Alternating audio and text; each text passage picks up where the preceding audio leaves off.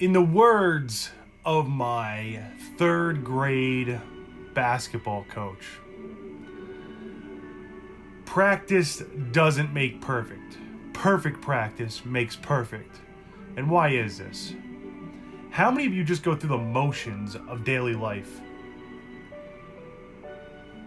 Just day in, day out, put absolutely zero effort into it. You know, if you were practicing, this would not be pushing the limits of what you're able to do at all. You go to work, you put the minimal amount of work in, not to get fired. They pay you the minimal amount so you don't quit. So it's an ongoing cycle. We put the minimal amount, yet we want the maximum from it. So the whole idea of perfect practice is anytime that you're doing anything is to put everything that you have forward. The reason being is because it makes you that much better.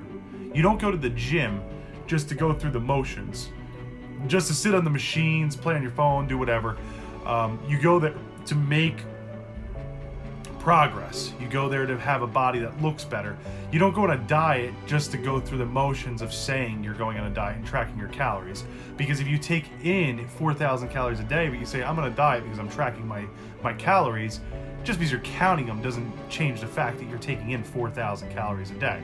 If you cut it back to 1,500 calories and you start losing weight, well, that's putting work in. That's perfect practice to get the perfect body in that case.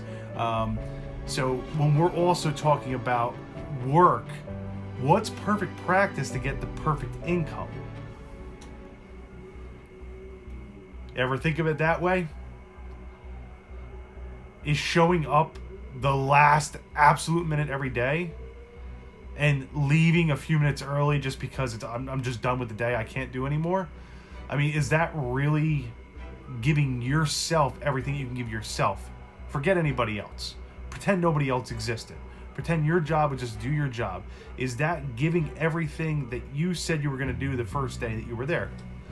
Absolutely not. So you're not practicing perfect practice. You're only half doing it. I mean, everybody half does things, but you can't complain about your income if you're not willing to put the work in.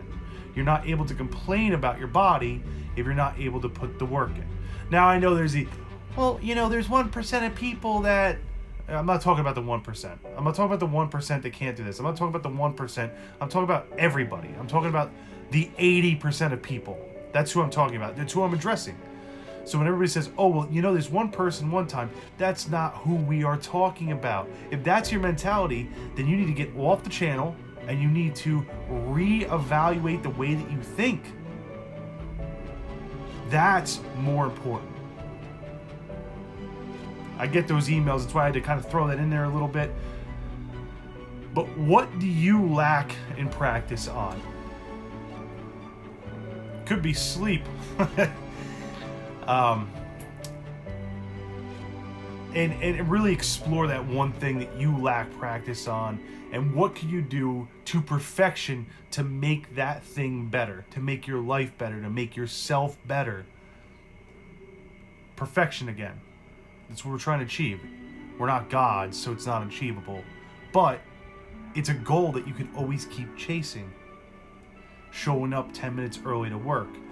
Doing another set at the gym. Reading another chapter in a book that you said you were going to read this week. Cutting down on, food that you said you were going to stay away from. Whether it be soda. Cutting back at a habit. Like cigarettes. Some people want to quit smoking, but they can't. It's impossible. Well, we could start with one cigarette, counting. Go from 20, because you're smoking a pack a day right now, go down to 19. Let's just stay there for a little while.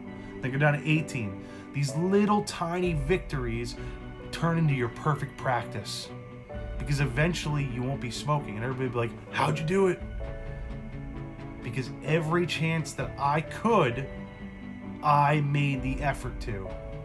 That's how. Stay frosty. What can you practice on?